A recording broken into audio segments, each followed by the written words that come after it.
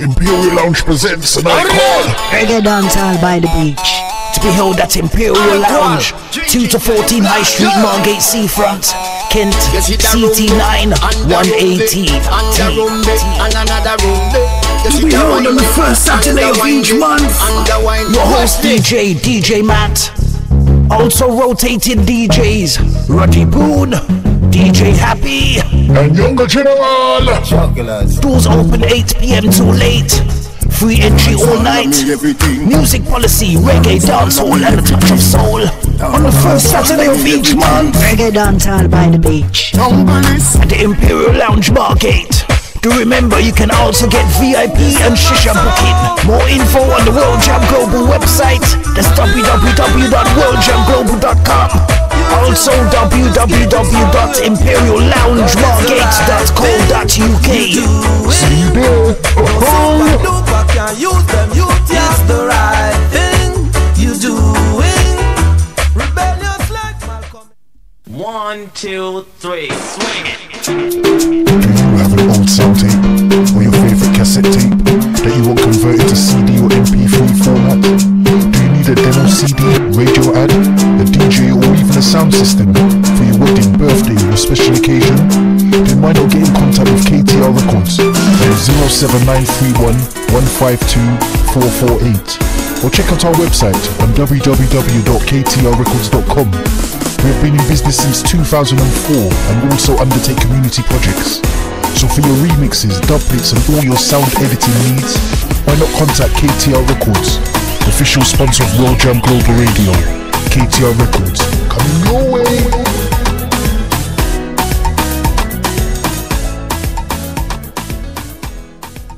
I was terrified about sharing the vulnerabilities of people with difficulties reading and spelling words.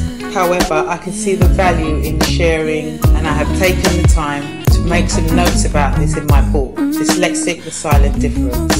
You can get your copy now at www.a1tribe.com or amazon.com or amazon.co.uk. Thank you again, everyone, for your support. Do you like music like this? Great music all the time. Or like this? The music you love. Maybe this. Great music that makes you want to turn up the volume loud. Or life chat like this. Especially where human life is concerned. Surely, sooner or later, people will realize that lives actually matter. Then you're in the right place. Keep it locked to World Jam Global, where music is harmony. Music 24 hours a day, 365 days a year. Yeah, you're my World Jam. Hotter than them. See live schedule.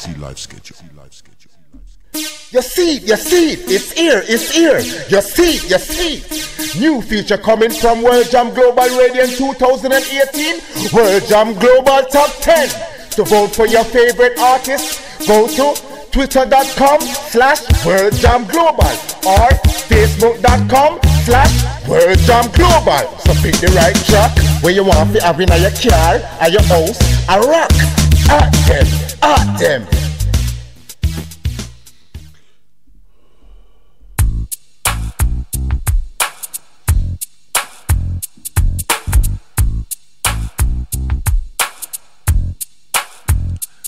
I already did my time. I paid for my crime.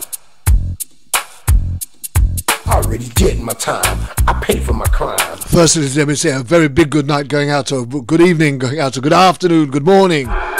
Going out to Yolanda McNair, Sandra Dawn, I see ya. Jeff Thomas Black, I see ya. Paid for my crime. We've got a top show lined up for you. Our guest, My crime. Shiloh Wilson Phelps. I paid for my crime. Theme of today's show: somebody is lying. In the day, I didn't really It's Saturday night at 6 o'clock. was all about. Oh well, it's 7 minutes past now. Was do or die. I had too many rivals. I was too. And we are live on www.worldjamglobalradio.com. There was not a man I couldn't You can find us on TuneIn. You can also find us now officially live on YouTube. all over the street. I was getting money. Life was so sweet. Now things have changed. The whole game has been rearranged. I'm a changed man. Don't need no gun in my hand. It ain't about being no gangster. Life is too short to spend it all in jail. Trying to cope with this living hell. So I'm just trying to do a couple of checks, just make sure that everything is okay. Already getting my time. I paid for my crime. Already did my time. I paid for my crime. Already did my time. I paid for my crime. Already did my time. I paid for my crime. I'm gonna give you this P in a very short while. Stand by. Drug dealer sold more drugs than Superfly, but I never got high on my own supply. I'm not proud of what I had to do. That's why I'm telling my story to you and you. I had to repent, I must admit. Now just a few quick house rules before we go live. Now sit back. You can get us on www.worldjamglobalradio.com and click on the click here right at the top right hand side for global experience. I was nobody's chump. Me and Billy. You can also subscribe to our YouTube channel. Real Terminator. You can get us on the TuneIn app. I'd chew you up and spit you out. We have no control over what they do on Facebook nowadays, and some of the things that's been going on in recent weeks where going on right now, the stream has been cut off or the live stream has been cut. From now on, if the live stream does cut out, we won't be restarting. We will continue to record. You'll just have to switch over and catch us live on YouTube or www.worldjamglobalradio.com. But just remember this, in order for you to interact with the chat room, you're going to have to sign up to a Gmail or a YouTube account. That's for the YouTube and a website chat room. Or just stay with us on Facebook Live. You did my time. I paid for my crime. I'm trying to get this felony off my back so I can get my life on track and have the right to vote and live like an ordinary citizen. We're doing justice for Bodhi Phelps. All of my friends. My guest this week, apart from my producer who is supporting us, that's Teresa Posselt J. Gallagher. I need to ask her what the J stands for. Maybe we'll do that in a short while. But our guest speaker this week is the mother and activist. That's Shiloh Wilson Phelps. We're going to be hearing from her. It ain't about being no gangster. Life is too short to spend it all in jail. Trying to cope with this living hell. As we unravel this very confusing case. I paid for my crime. Already did my time. I paid for my crime. He had a gun, he had two guns, he had a knife, he had two knives, he didn't have a knife, he didn't have a gun. He runs, he always runs, he didn't run. He was here, he was there, he was never there. Paid for my crime. There was so much he said, she said, they said, that we're going to try and get to the bottom of the truth as best we can. Superfly, but I never got high on my own supply. I'm not proud of what I have. And we're going to be hearing live and direct from his mother, Shiloh Wilson Phelps. Admit, I was doing all kind of stupid shit. Now sit back and think it over since I've gotten older. The life I used to live, I wouldn't do it again. I was young and dumb, my brain was so numb. I was a real Forrest Gump, but I was nobody's chump. Me and Billy the Kid had a lot in common. I was the real Terminator, much meaner than Arnold Schwarzenegger. I'd chew you up and spit you out like a real alligator, especially all you haters. Already did my time, paid for my crime. Already did my time, already did my time. I paid for my crime, already did my time. The opening statements are going on right now. He could be facing life in prison. Prison. Prison. Wow!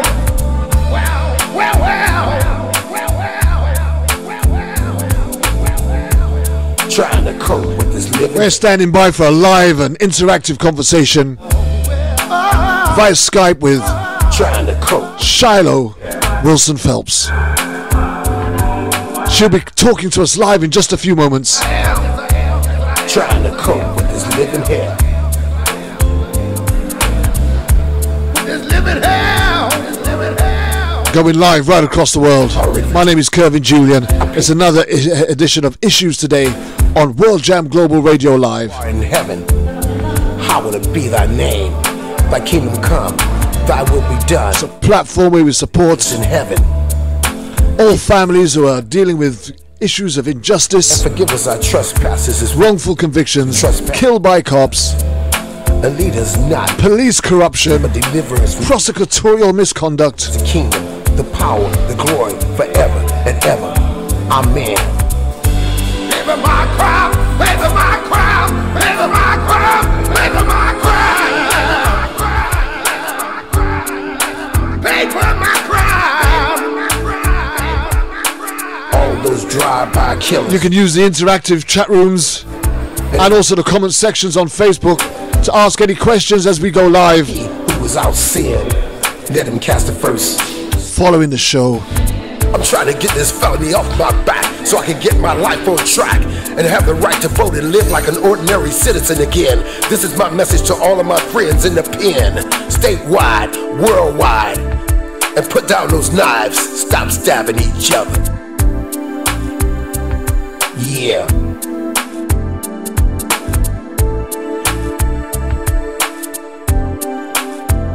Big shout out going out to each and every single one of you that is joining us live around the world.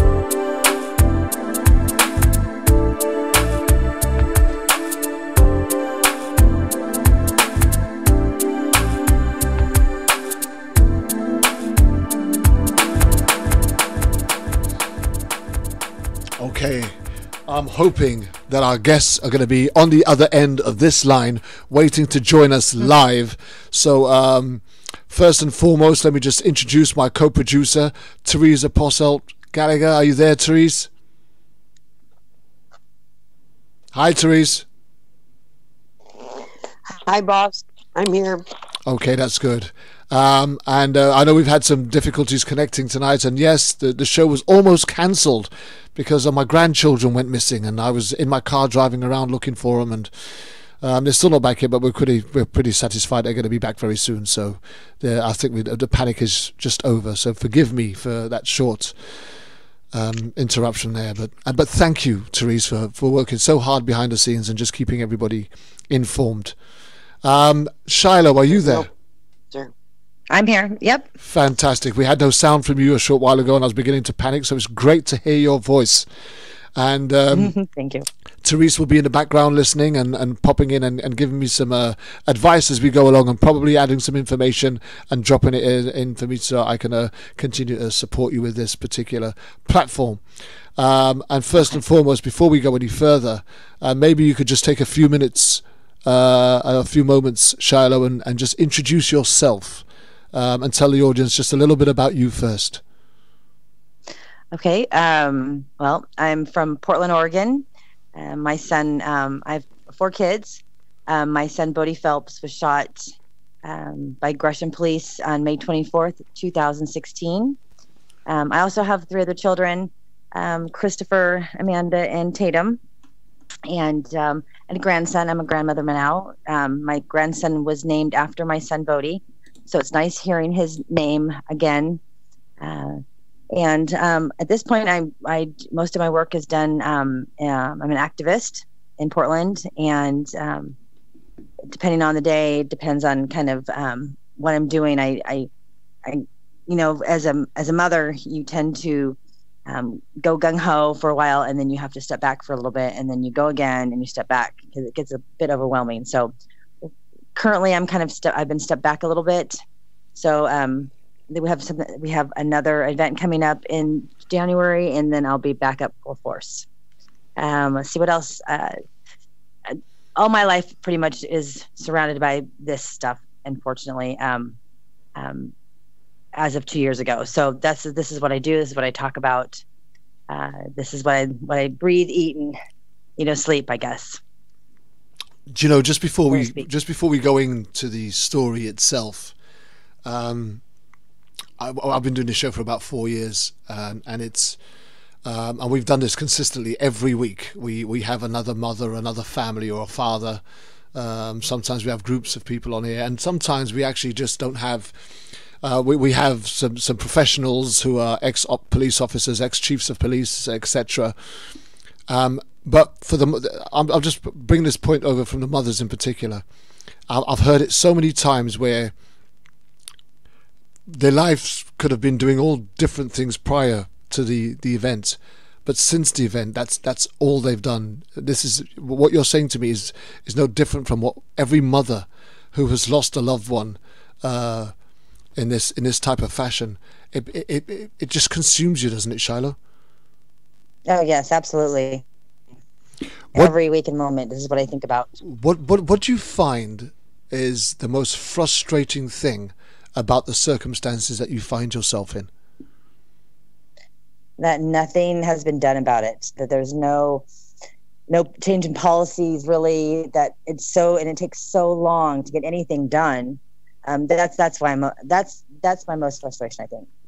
Wow. And very shortly we're going to be talking about your son Bodhi, who was shot down by Gresham Police.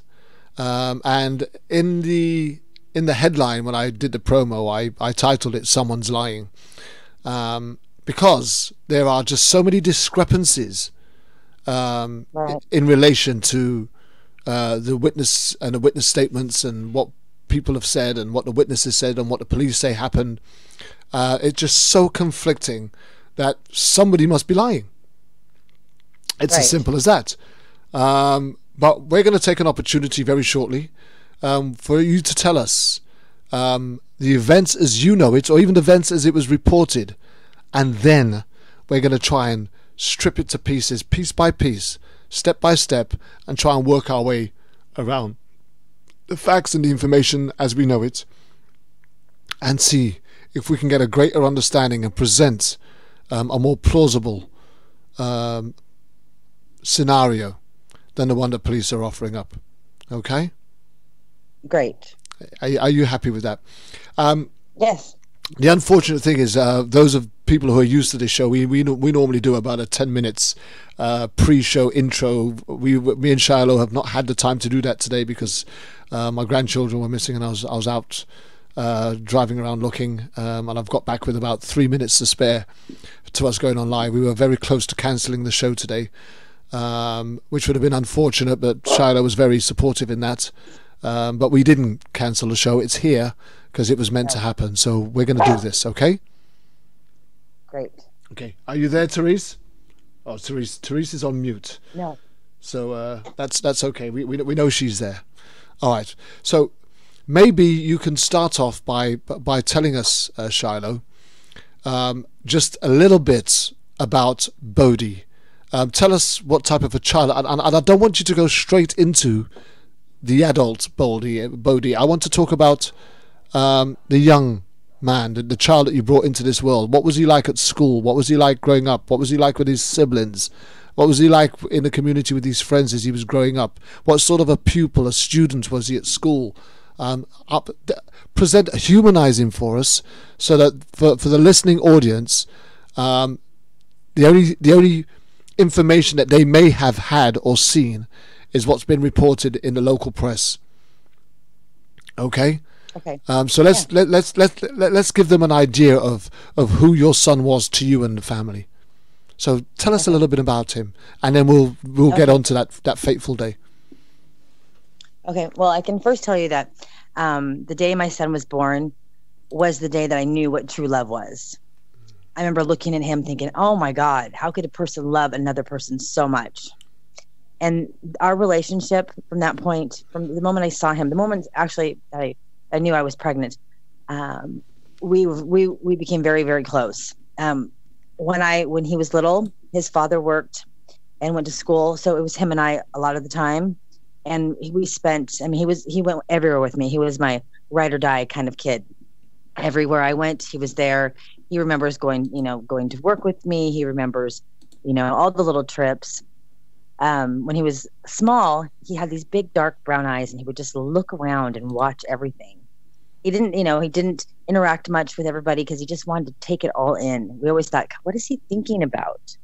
As he grew up a little, as he got bigger and bigger, and he had this little raspy voice. It was so cute. He talked like this, it was adorable. He was extremely intelligent, although he had dyslexia, and it took him quite a few years to learn how to read. But once he learned how to read, then he was off the charts. He had an IQ of 142, extremely intelligent, always wanted to, dissect everything and question everything, which was fine by me. I think it's important that kids, question what's being said, and however, not being disrespectful, because my kid was also very, very respectful. As he grew up, he had many friends. He had neighborhood friends that would come over, and we'd have craft day, and that was their favorite day. They'd come over, and I'd pull all the craft stuff out, and Bodhi and his little buddies would be out there making, popsicle stick men and all kinds of hilarious things. In fact, one time he walked up him and his little friend from down the street, they had taken boxes and they painted them silver, and they walked up like they were robots up the street. It was hilarious. So he was very creative. He was extremely good in sports. He played sports. He played football from the time he was 8, basketball and baseball. His favorite was football. He was a wide receiver, and he was really good at what he did. He also modeled when he was 16. He did some catalog work, and he was a very good-looking boy, 6'3", dressed very well. Always had his hair done. We kind of teased him quite a bit because he was always looked too perfect for our family. With that, maybe that he was swapped out at birth for some reason. But he loved to quad. He loved to ride his quads, and he was a good brother. He loved my daughter, who is 19 right now. They were best friends, and he used to call her Crybaby. And they had this little song, and he'd walk in the house and say, what's my I can't remember the song exactly. And he would say something, and she would say, "Crybaby, crybaby." Then he realized one day that he thought it was very derogatory term, so he changed her nickname and started calling her Tadpole. He was notorious for having nicknames for everyone. So if you were part of his life, you had a nickname. My name was Mama Bear. My daughter's was Tadpole. And so everybody had their little nicknames. And that was a big deal. I mean, you knew that you were part of Bodhi's life if he gave you a nickname. And if you didn't have a nickname, it was coming soon for sure. Let's see what else about my son. He was just a really cool kid to hang out with. Everybody loved to talk to him. He loved to sit down and just talk to you. He didn't care if you lived on the streets or if you were a doctor. It didn't bother him either way. He looked at everybody the same. And when I say that, I mean, I honestly mean that. He treated everyone that I've ever talked to or I've ever seen with respect, regardless. It was funny. A couple of weeks before he passed, he was still 22 and still naive, of course, and he was wearing a bandana and this little paisley bandana. He walked in the door. I said, "Oh, nice bandana, Bodhi." He says, "Thanks, Mom." He goes, "Yeah, I got a lot of respect with this bandana." I said, "Really?" He said, "Yes. 3 people called me boss today." I said, 3 people called you boss? He goes, "Yeah, it's because of the bandana." And I started laughing, thinking, "Oh my goodness, who is this boy?" But he was just a cool kid. He was fun to hang out with, and I miss him terribly. My life has changed drastically without him. That's for sure. I can actually hear the love.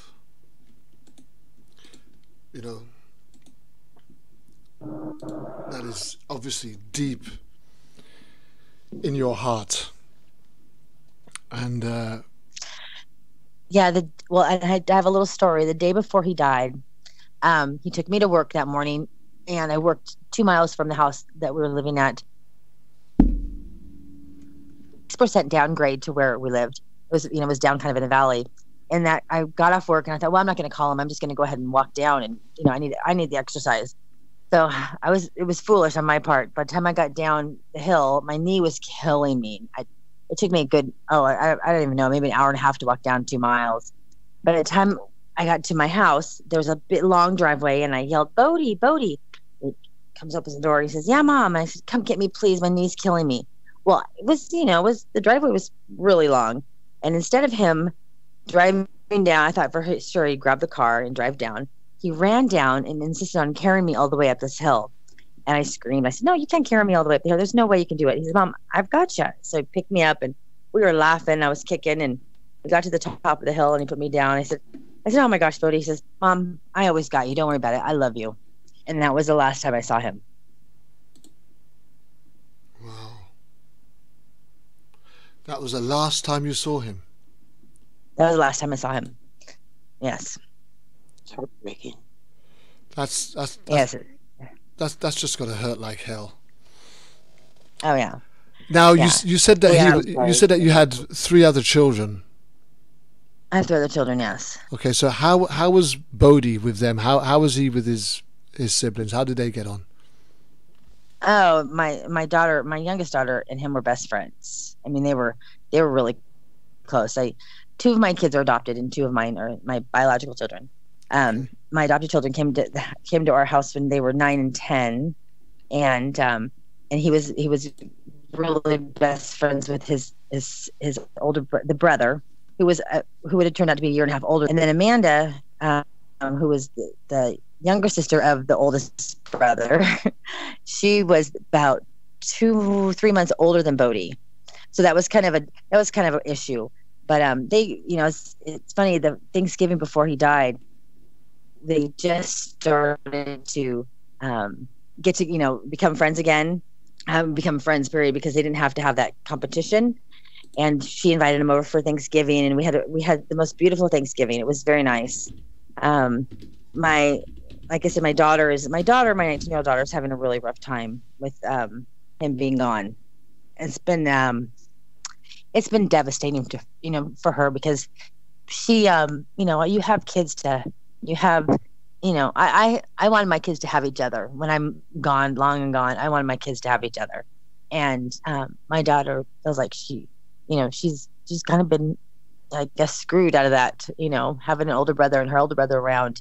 When she got pregnant, she was excited because we just knew she was having a boy, and so she named him Bodhi, and that helps a little bit, but nothing ever will help the loss of her brother, that's for sure. But they all got along great. It was wonderful. Their childhoods were beautiful. You must have some really fond memories of those early years as they were growing up, watching them grow up together, eh? Mm-hmm. Doing stuff together. Right. Can you remember anything in particular that you can just recall them doing together? Even the whole of you lot as a family going somewhere, or just doing something that really springs to mind? Well, I'll tell you this. Let's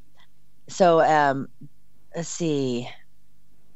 I was already divorced at this point, and I have all 4 kids with me, and we were in the house and playing around, hanging out. Everybody loved to tease and balloon fights and all kinds of fun things. Well, Bodhi was teasing Amanda one day, and she said, "Bodhi, stop teasing me." And so all of this, I was in my bedroom with my daughter, and my other son was right there next to me. And Bodhi and Amanda, we could hear them kind of fighting a little bit. And so he didn't stop, and all of a sudden, Bodhi ran in my room, and in ran Amanda, and Amanda tackled him on the chair, and she held him down, and we were all like, "Oh my goodness!" And we started to laugh. We're like, "Well, what's going on?" So I said, "Well, Amanda, are you going to get off?" And she's like, "Nope." I said, "Well, why aren't you going to get off, Bodhi?" And she had him face down on the chair, and she says, "Because I'm really scared about what's going to happen next." We all laughed. We said, "No, nothing's going to happen. We're all here now. He's not going to, because, siblings retaliate often." And so she started just like, "Are you sure?" And I'm like, "Oh no, I'm positive." So she jumped up, and my son was so scared because this girl had tackled his sister nonetheless. Anyways, that's actually one of the funniest moments that we talk about, all the time, the day that Amanda tackled Bodhi. You also mentioned in your introduction of Bodhi, just what a handsome man he was, and that he used to do a lot of modeling, right? Right. And you can actually tell in those pictures that are being displayed in our carousel as we go live, that he was a very well presented young man. Absolutely. Took care of himself, looked well. Right. So let's just, was there a point in his life where things just started to go wrong? Well, you would have never known on the outside, but on the inside, he did have an addiction problem. And when he was 16 years old, another, I guess he would have been a dealer, gave him and his friends what he called opium. They had no idea that it was heroin. Right. And right, and so they opium, great. They didn't talk about heroin in school. It was kind of when it first came out. I had no idea heroin was a problem. No parents knew it was a problem. In fact, the school had no clue it was a problem. So when I noticed a change in my son, and I kept asking him, now, like I said, you would have never known on the outside. He always looked great. That was never, I mean, he never looked like he used any drug, let alone heroin. And so I kept asking, what's wrong? What's wrong? Well, the opium, he found out, was heroin, and him and his buddies had taken it for a good week. And at that point, they were sick. And so he was living with his father at the time, and I didn't realize that was the issue. I knew something was wrong, and I kept questioning about it. And when I found out, I tell you, my stomach just dropped. It was the worst feeling ever. I mean, I would think that there's two horrible things in my life, and the worst one of them was finding out that my son was on heroin, and the other one was when he was killed. As a mother, you find out that your child is taking a Class A drug, something that's lethal and addictive as heroin. What do you do? How did you approach that with him? Well, I was very naive about it. So we had him come to the house, and he was going to detox. And little did I know that detoxing from heroin. I thought, okay, great. He got up the next day. Said, okay, Mom, I feel great. I'm gonna go. I said, oh, you're dead already? I had no clue, because this, like I said, this was not an epidemic at this point. I mean, it was just starting to be an epidemic. It was, if parents would have started talking back then we may have been able to do something about it, but nobody was talking. So, after I found out that I found out that he could not detox that quick. I'll be honest with you, I started tracking him. He was 16 years old. I knew exactly where he was. I knew who he called. I knew who, so I knew who the dealers were. I knew what their numbers. I knew where they lived. And I went to both police departments and the school police officers. And I said, here's a list of all the dealers that are dealing to the kids. I've been tracking them for over 30 days. This is it. And they told me, we can't go by every lead a mother gives us. That's exactly what they told me. I said, okay, well then I guess I'll have to do it myself. You mean you're telling me that you're reporting that a minor is at risk, and they're saying that there's nothing that they can do? Right, nothing they can do. But they can't go by every lead their mother gives us. Yeah, and so I told them that I would have to take care of it myself. And so I started going out and hunting down the dealers and pretty much harassing them. And in fact, a couple years before my son died, I met this woman, and she said, oh, you Bodhi's mom? I said, yeah. She goes, oh my gosh, I stopped dealing heroin because of you. So apparently it did work a little bit, but not enough. So he struggled with the addiction from the age of 16 to 22, and he hated it. I mean, it's an ugly thing. I don't know, this is the last thing you ever want to even admit that your kid was on heroin, but you don't talk about it, then you can't help anybody else. And the situation is not going to get any better. I went to all the parents as well after I found out of all the other kids, his friends that were using, and none of them wanted to believe it. They were like, no, my son's not using that. And every one of their kids had issues from there on out. And in fact, a couple of them have OD'd. I mean, it's devastating. It's devastating what it did. But we got no help from either the school district or the police department.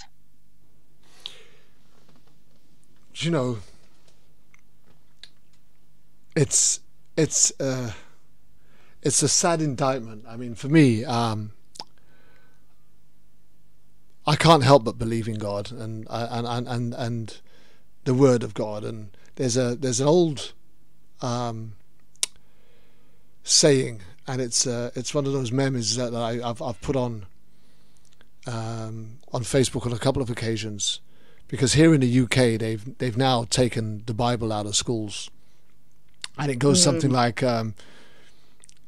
if they gave the kids the Bible, if they gave kids the Bibles back in school, they wouldn't have to be giving it to them while they're in prison, or something like that. Right. Words to that effect. Because you can't find a prison cell without a Bible nowadays. Right. But yet they won't teach kids the real right from wrong as we knew it when we were growing up, so to speak. And I'm not saying that we were perfect. We made terrible mistakes ourselves, but there was still that platform of right and wrong that was being taught and educated when we were growing up. And there's a real definitive line of understanding what that was, But the fact that they've taken the Bible out of schools now means that kids are learning this new generic style of manufactured right and wrong, which is production line tobacco tin, I call it, ready to fit microwave society. So they kind of just make it up as they go along, and our children have a very weak understanding as to what is definitively right and wrong, you know. Right. So here you are trying to battle for the life and the soul of your child, who you've discovered is now on a Class A drug, which will ruin and can and does ruin people's lives. And you're getting very little, if any, help whatsoever from the very places that you should be getting the most help from. Right? Because if the police and the school detectives, etc., were to engage back then, I'm just wondering how many children they could have avoided going into prisons. But we're talking in hindsight. And unfortunately, there's not much that we can do about those. But I'm feeling your pain and your frustration as you explain this journey that you went on, in trying to point out where the failings were, who the drug dealers were, the access, and not even just the negative responses that you were getting from the school and the police, but even from other parents who just didn't want to know, apparently. Right, exactly. So yeah, they got it. What did that do to Bodhi? Where did that send him? What direction did that lead him into? For the direction from what I did, or what? No, for what he was doing, because choices have consequences, right? And these choices that he was making was obviously inevitably leading him to unsavory consequences. So where did that take him? Right. Well, you know, unfortunately, that when you're a heroin addict, you get sick, and you, you know, there's your body. I don't know if you don't know about heroin, it makes you physically ill, and it's something. It's a drug that you will never, unless now they have a couple shots, of course, but that will help you kind of get over the cravings. But you think about it for the rest of your life. So here's this child that has had the addiction to 16. So he's only had 16 years without, you know, I'm 48. So if I would have only had 16 years without, you know, a drug telling me that, you know, I want it every day, I can imagine. So here's this, you know, this child is trying to go through puberty and figure everything else out. And on top of it, he has an addiction, a terrible addiction. And by the time, you know, as you get older, as you go through it, your addiction becomes more and more, and you need more and more. So Bodhi, you know, he worked for a while, and then he never ever stole from me or his family, ever. I would have to put that out there. He was extremely respectful about our stuff, but he had, you know, every addict, heroin addict probably has a little hustle, and so Bodhi would have to do some side work, some job. He would have to ask friends for the money. Well, I will tell you this, that when I took him to detox, and we did this quite often. I mean, he was always wanting to get clean. So he always went through treatment. And that's a lot of work on one person. That's a lot of pain you have to go through. So you really have to want it. You know, you don't just go and sit in a treatment center and get better. You have to go through all of the, you know, the physical anguish, the mental anguish, you know, the psychological anguish of it all. And so you really want to get clean, you know, if you're doing this to yourself. But I remember we went to detox, and the lady said, don't let him get sick. And I looked at her, I said, don't let him get sick. What? I said, excuse me. She goes, don't let him get sick, because when they get sick, they really do dumb things. I'm like, oh my goodness, you're right. You know, because I mean, some of the worst things, you know, that you hear, you know, criminal cases are when the criminal has gotten sick and is desperate. So, you know, that was always on my mind, is, you know, I don't want him or any of his friends desperate. That always worried me. They would come, you know, his friends would come over, and I was kind of like the hub. We had a house that was right in the middle of Gresham, and a lot of the time their friends would come over, and they would say, you know, Shiloh, I'm so sick. And I'm like, oh, honey, I'm so sorry. You know, I mean, what can I do for you? You know, can I get you something to eat? And then sugar is a really good thing for addicts that are trying to come off it. So I give them, you know, a bunch of sugar and candy, and you know, and I just told him, please don't go do anything stupid. You know, I just don't want you to do anything stupid. But I think when he was 18, which he was still, you know, a child, he this is the big thing that it was all over the news after he was killed, that he was in some kind of check cashing ring, which is he was 18 years old. Pretty much a man walked up into a bunch of heroin addicts and said, hey, can you cash this check and you make some money? They're thinking, okay, cool. It's in their name, right? There's not pretending to be anybody else. And he's asking them to cash checks. And they're thinking this is an easy way for us to not have to get in any trouble and get some money for our, you know, heroin. So, and that's and him and his buddies. In fact, there was quite a few that had cashed a check in their name, which was foolish. I mean, again, 18 years old and extremely naive. So when they came up, as far as the check cashing, you know, scam, they said he was a ringleader. He was not a ringleader. He was friends with everybody. You know, there was all of his friends that were into it, that had done it, and he was apparently he was the one that they decided to nail. As you know, they couldn't indict. I think there was like hundreds of people that cashed checks in the Portland area, hundreds. So there was, so many checks out there that they had no clue what they were dealing with, and they're probably still trying to work it all out, I'm sure. But they couldn't go around indicting all these people because it would have cost the city a large amount of money, I'm sure. And so they instead they took we thought the best looking kid, to be honest with you, the one that looked the best, and made him the ringleader. And then they made a couple other people ringleaders. I talked to my son about it. I said, no, I'm not. I wasn't the one that introduced this guy. Another friend of his was. And I wasn't a ringleader. All they did was, they came up to us and asked if we wanted to cash checks. And, not a good idea. Hindsight, didn't sound like a good idea at all. But again, he was a child still, 18 years old. Had no clue. He was naive, and they were just trying to figure out, how to deal with their addiction. Let me just say this for people that are listening. I take my hat off to you, Shiloh. You are a very intelligent and informative woman, full of resources and compassionate support. And I can tell from the depth of information that you've given, you've managed to grab yourself a real handle on the problems that those sort of kids were having in and around your home and your community. Right. And we haven't got to talk much, but I run a charity here in the UK, and I work with a lot of homeless, drug addicted and alcohol dependent individuals whom I support and I call friend, and they call me friend. And that stems from the fact that I was actually a drug addict for over 36 years. And I took everything from heroin to crack cocaine.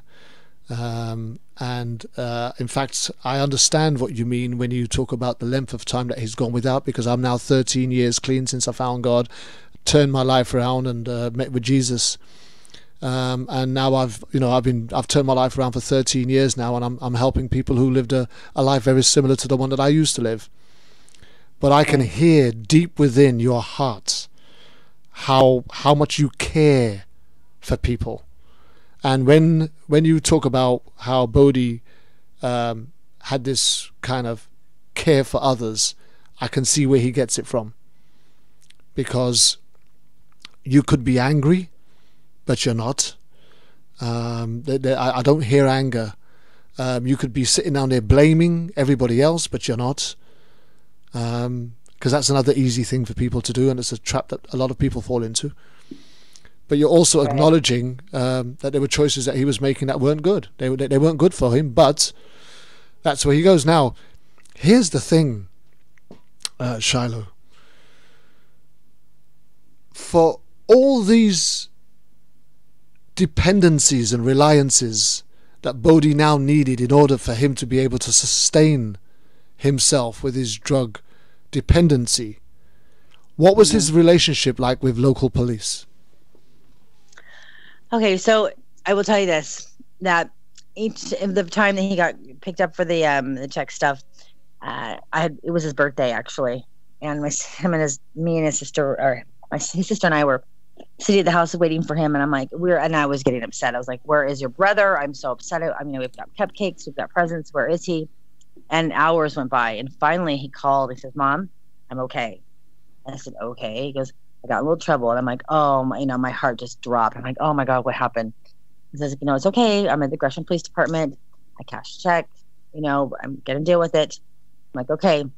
So I'm a very hands-on kind of parent, and I don't allow my kids to be, left alone at their own, to deal with things.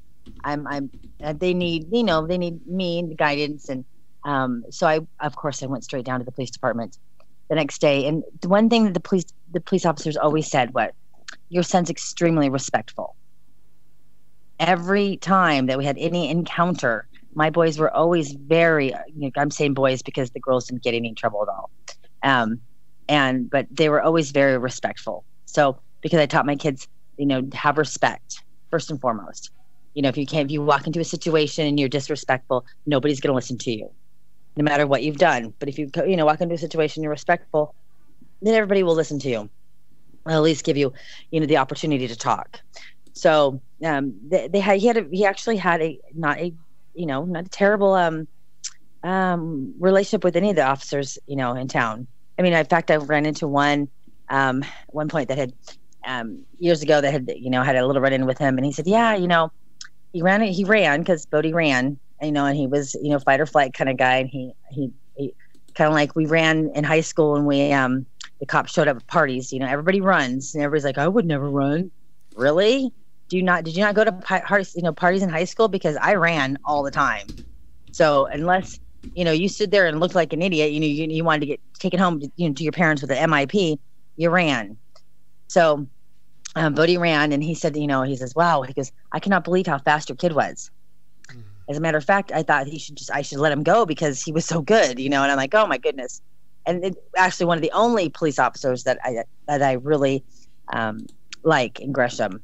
So we've had other encounters with him before when my dog was stolen and such, and he's always been very nice. So he said, but he did say, he was really fast, and thought he should get away, and your boy was very respectful. So that's the kind of relationship he had with the local authorities. I resonate with that because one of the things was when I did get caught, when I was caught, it was always like hands up and let's just get it over and done with. There was there's a few times when I did fight, and it was only when I felt that I was being mistreated that I'd fight. But I always tend to fight more for others than I did for myself. If somebody else was being dealt with, I'm more likely to get into a ruck for someone else more than myself. I don't know whether that's down to my self-worth or the lack of confidence that I had, or but I doubt if it was confidence, because I was confident fighting for someone else, just not so competent fighting for me, if that makes sense. So I fully understand where you're going with this, and I think I'm doing this deliberately because I'm trying to give people an understanding. We've had so many cases where we've had individuals who are on drugs, drug dependent, taking one drug or another, and the police are beginning to use it as an excuse to gun people down and kill them, or criminalize them in a much more serious way than they were ever that has ever appeared to be justified. I just want to try and give people a better understanding that because you're an addict and you make wrong choices, you still deserve to die with dignity, and right is still right and wrong is still wrong. Absolutely. If your son was shot dead trying to mug an old lady or rape or molest a 2-year-old child, you wouldn't be sat here trying to defend him the way that you are, right? You'd be appalled, you'd be ashamed. You'd still love him in your heart, but you just couldn't stand there and defend it. But unfortunately, all of these women and families that we're speaking to, we're talking to people whose children may have had in fact, majority of them that we speak to, they don't have no criminal activity, no criminal records, and no relationship with local police. It's very few that we come across that do have, and those that do have, it's quite minimal, like Bodhi. Now, I want to go on to that fateful day because it appears that because him and his girlfriend were codependent, I'd imagine, right? So they were both using drugs, right? I would imagine that relationship was volatile. Yeah, right. Right. Right, and they both, drugs do make you just act differently. Yeah, go ahead. Absolutely, it makes you do the most silly, ridiculous things. Right. But you do them together, and it's almost a Bonnie and Clyde relationship, right? Yeah, I mean, it is kind of take out the the excessive let's see, take out the thieving and all that good stuff. But yes, it's like a Bonnie and Clyde. They're a little duo. They have each other, and that's what they do. I mean, that's a lot of addicts. I'm assuming addict couples. That's how they act. I mean, that's how they work together, right? What was usually when you have? Oh, go ahead. No, you go on. Well, usually when you have a lot of drug addictions, there's also there's reasons why somebody takes uses drugs, and so you also have mental health issues as well in there, and I'm sure my son was there's some part of him that he comes from a family that's line of alcoholics and addicts, and he also depression, and there's a lot of things in our family history that the drugs obviously made him feel better. I don't know. Well, let's just get that right. A first and foremost, the drugs that we're talking about are depressants, right? So they'll cause depression, they cause anxiety. So, and all of these are mental health related issues. They cause paranoia. Again, another mental health. So you've got a combination. If you was just suffering from one of these issues, it would be tough. Right. But when you've got all of them, it's even tougher. And some people might even turn around and say, well, it's self-inflicted because he's taking drugs. But what a lot of people don't realize is there's a difference between something like crack cocaine and heroin. Crack cocaine is a drug of the mind. Heroin is a drug of the body. And once you become addicted to heroin, your body needs it. Alcohol is something that you can't just stop doing. If you are totally alcohol dependent, you need to be weaned off it. Doctors would advise you not to just stop, because you couldn't, because it could just kill you, right? Right. And heroin, if you are a heroin addict, you can't just stop. You need to be weaned off it. And yes, some people might consider it to be self-inflicted because they started taking it in the first place, but majority of people who take drugs for the first time normally take it in a couple of circumstances. One is out of curiosity because it's the type of people that they're with, and the other, more often than not, right, it's going to be because that they're in a vulnerable position. They're lost, they're hurt, they're broken, they feel rejected for whatever reason, and it's a mask, it's a way out. Okay, so we do understand that. So let's just look at some of this day in particular, because I wanted to ask you, what was your relationship like with his girlfriend? My relationship with his girlfriend, he loved her, so I loved her. Okay. I saw how much he loved her and how much he wanted to be with her. So I'm not the type of person to ever reject anybody that somebody else loves, especially my own kids. Yeah. So right. So we but we had, of course, she's part of the family at that point. So we still have we have our issues that come up, but we work them out and we move on. Okay. And but you was aware that that they were codependent. You was aware that she was using with him. Absolutely aware. Okay. Yes. And we yes, absolutely. And I would imagine, so them having, arguments, them fighting, 9 times out of 10 it was either over money or drugs or the lack of it or whose turn it was to pay for it or all the other arguments that people that are drug dependent or codependent have, right? But they're always petty arguments that normally resolve themselves once they were in possession of their drug of choice, right? Right, correct. Mm-hmm. Okay, so what was different about this day, do you think? Well, this day, unfortunately, there was a phone call made that was that she had seen, or somebody called Bodhi. It was another girl who called Bodhi that they had dated previously, and she was upset about this. So when she was that night, she was going into that situation. she was upset, thinking that Bodhi might leave her. Yeah. So everything from there on that happened was because of this, phone call that was made. And also her access to the level of dependency that she was now on was going to be taken away from her. Right, she was worried about that. Right, because exactly. That's the thinking, right? Right. Okay. Absolutely. And if he's gone, then if he's gone, that means her addiction is going to suffer because she won't be able to get the drugs and she doesn't have the means that he has. Right. Okay. So now take us to that day. What was going on that day? And you said that there was that prior argument. Now let's take it to the incident now. What took place? Okay. As far as you're aware. Earlier that day that they were arguing, and she had mentioned that she had left, and so that's the reason why Bodhi had left my house, is because he was looking for his girlfriend, and I told him, I said, she's because she's done this before. When she gets too upset, she'll just call the cops, and because she would rather see Bodhi in jail than with another girl. That's what it boils down to. That's how her thinking is.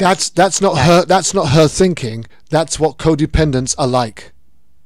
Right. Correct. When you have couples who are codependent using drugs, that's what they were like. The jealousy, the all of that stuff. They don't want them to get hurt, but being in jail is better than being with someone else. Exactly. Okay. Exactly. So I understand that. So tell us what happened. Why the police were called.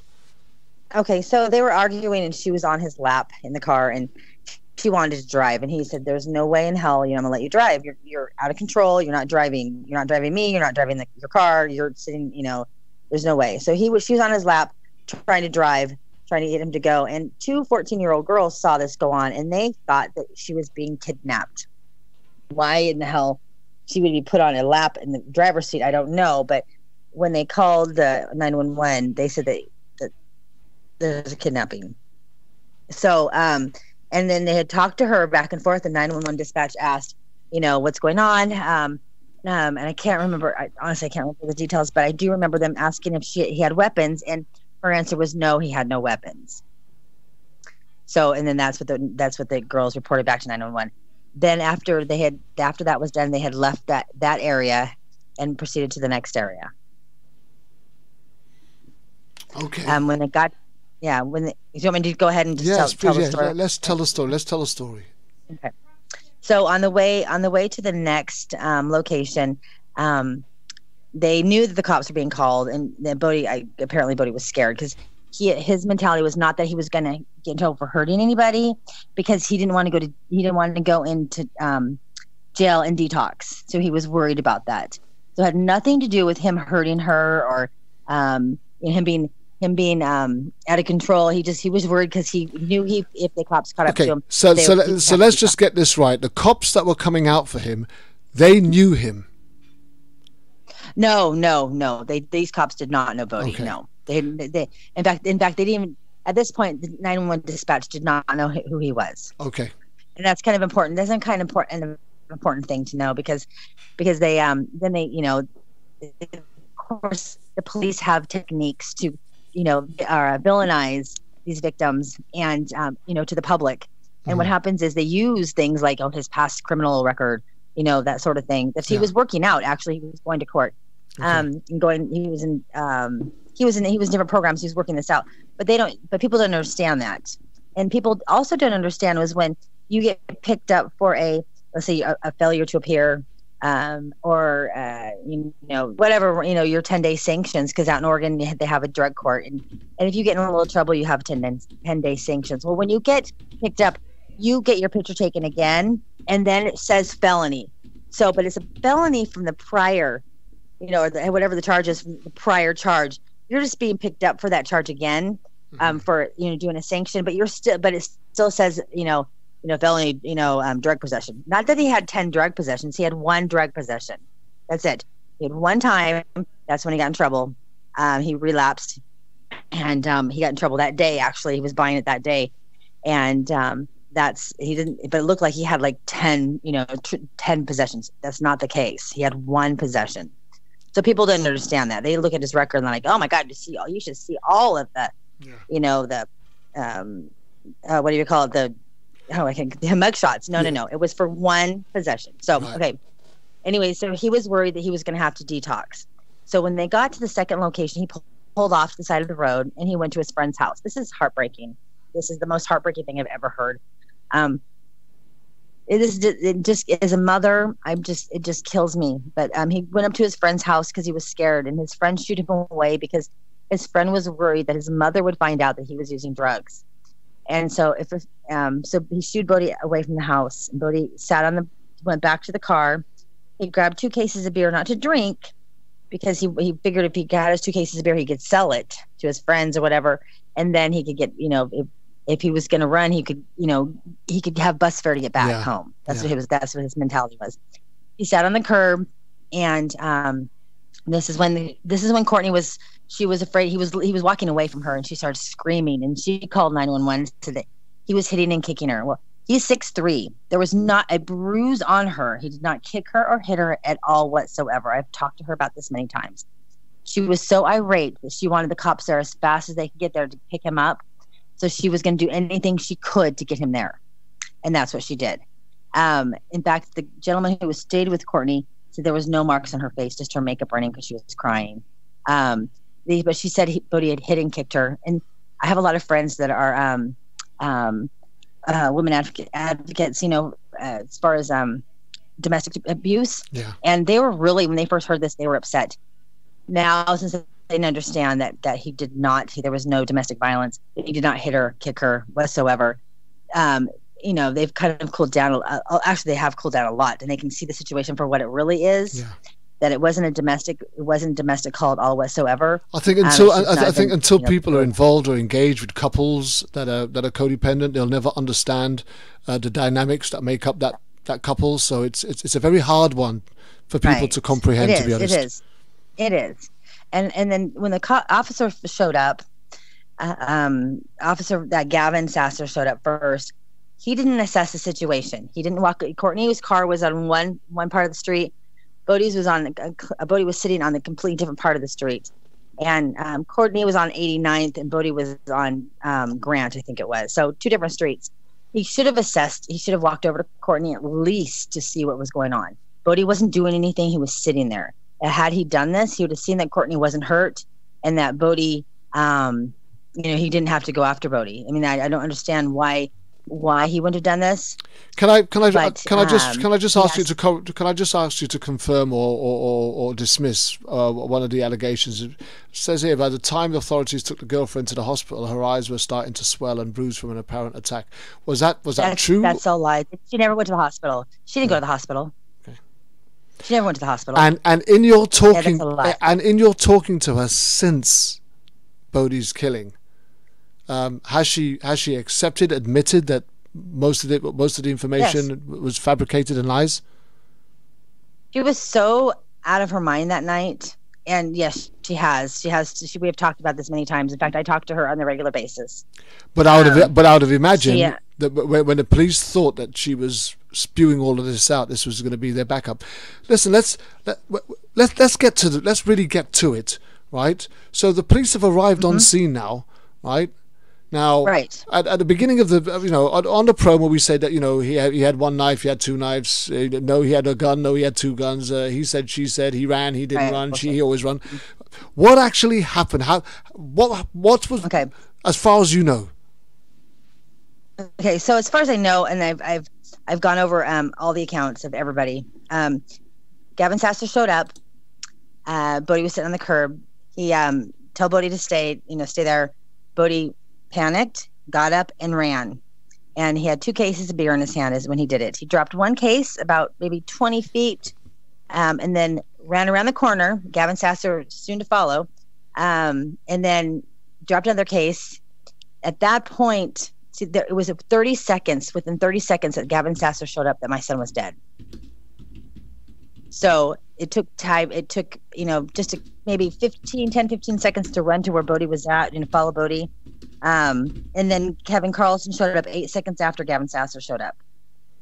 And this is pretty, and this is verifiable because we saw the videos. You know, we could see them. You know, when Gavin Sasser showed up, when Kevin Carlson showed up. There's only one video, and it's the video that's pointing directly down Grant, and you can't see them when they turn the corner, but you can see them running, so you know what time they showed up. Bodhi was really fast. He was a fast runner. I mean, he could literally, there was nobody that could beat him. He was extremely fast. And so Gavin Sasser, with all of his stuff on his body, I don't know, 50 pounds of weight or 30 pounds of weight, and there's no way he was as fast as Bodhi. He wasn't as young as Bodhi, you know. That he said Gavin Sasser said he caught up to Bodhi, he pushed him, and as he pushed him, he said Bodhi reached in his pockets, pulled two knockoff police issue knives out of his pockets, and simultaneously opened them up and went after him.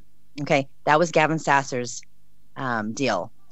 Kevin Carlson said that Gavin Sasser pushed him. He was worried. Kevin Carlson said he was worried about Gavin Sasser, you know, getting out of breath, you know, getting tired after the 10-second run he did. And he saw him push Bodhi, and he said then he saw Bodhi rummage through his pockets. Now, mind you, that this is like 22 seconds that he would have seen all this, because Carlson showed up 8 seconds after Gavin Sasser. Bodhi was rummaging through his pockets, and then he reached out and he had two knives, or one knife. One of them, I think, was one knife, and then went after him. So my son was always fight or flight. There's no way he would have ever gone after anybody with a knife, let alone police officers. Why does he run away? He would have gotten away, period. I mean, if he wouldn't have been shot, he can jump 10-foot fences. He would have gotten away regardless. But for them to say that they pushed him and then he simultaneously, and these little knives are ridiculous. So when after that, Bodhi was shot 11 times. He was shot once in the back of the hip. And when I brought this to the attention, everybody said, yeah, this is hilarious. This is it's not hilarious. This is the kind of stuff that's so frustrating that they, like I said, they have techniques where they they'll try to convince the community and people around it that your son is a villain or your daughter's a villain. And this is one of them they use. They said, no, he was not shot in the back. He was shot in the upper buttocks. Excuse me. Last time I checked, the buttocks are on the back side, right? So that, and everybody's like, oh, he wasn't shot in the back. He was shot in the buttocks. What are you talking about? It's still the back. The buttocks. Yeah, it's part of the back. Are you kidding me? So he was still shot. He was still shot with his back to the officer. As he ran away. That's the bottom line. Yeah, as he ran away. Mm-hmm. Correct. And then they said that, and then he turned around. He was shot once in the wrist, once in his thumb, because he obviously had his hands up. And there were clearly, if he had his hands up, then he wouldn't have any knives in his hands. That's not the position he'd be in. And then he shot 8 more times in the belly, the last shot being to the heart, and which killed him instantly. Let me just read this report. It says, Bodhi Wilson Dean Phelps of Fairview, 22, died as a result of gunfire, Gresham Police said Wednesday in a news release. Witnesses said he refused repeated orders to drop his knives. Right? Well, we'll come back to that in a minute. Apart from the police responded, there's a certain part I want to get to, and I want to get to it for a reason. It says police responded to the 800 block of Southeast 190th Avenue shortly after 3 a.m. Tuesday on reports of a man assaulting and abducting a woman. Right, and I want to highlight that phrase. Right, the reports of a man assaulting and abducting a woman. Witnesses told police that Phelps forced a 25-year-old woman into a sedan, and he drove away before police got to the scene. Witnesses said the woman was screaming and banging the inside of the sedan, which was stopped wherever it was stopped. She also called 911, police said, and reported Phelps assaulted her. He was outside the car at the time. Phelps ran from officers when they arrived and didn't stop when they told him to, and 2 officers ran after Phelps, who brandished a pair of knives. People told police they heard police tell Phelps multiple times to drop the knife, and later heard gunshots. Phelps had 3 outstanding warrants, a felony warrant for heroin possession and probation violations for identity theft and heroin possession, police said. The case is under investigation, blah, blah, blah, blah, blah. Right. I just want to go back a bit because, you know, when I asked you at the very beginning of the show to humanize Bodhi so that we can get an understanding of the type of person that he was, it's because once the newspapers and the media gets a hold of it, we normally hear what the police want us to hear. And so part of the backlash in you trying to get support for justice for Bodhi would have been on statements like this. Reports of a man assaulting and abducting a woman. Now, it makes it sound like he was abducting a stranger, a passerby, right? Absolutely. He forced villainizing him. He forced the 25-year-old woman into a car. Sounds like he could possibly trying to rape her or molest her or all of this imagery is what Joe Bloggs, who does not know Bodhi, who's never met him, doesn't know anything about him, is going to start visualizing as they read through this article, right?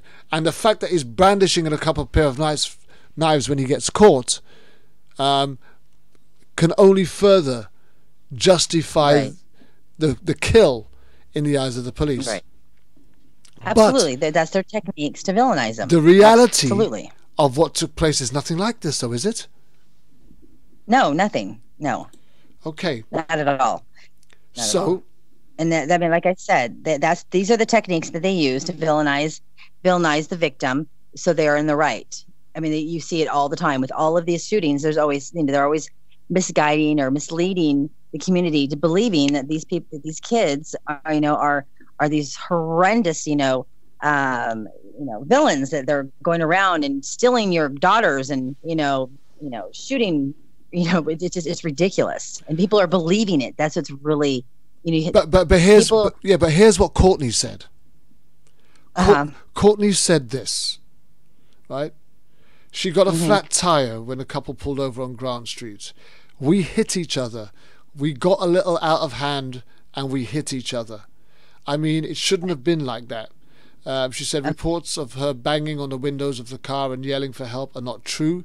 That didn't happen. These are her words. It might have appeared that happened because we were fighting, she says. Police says Phelps was wanted on 3...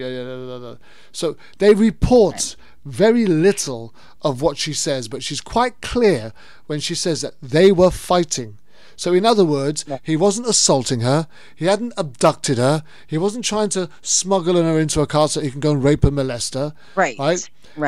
They were fighting, and they were having an argument, and I would imagine that they were fighting over her believing that he was about to go away and go off with this other woman, and that would cut off her drug supply.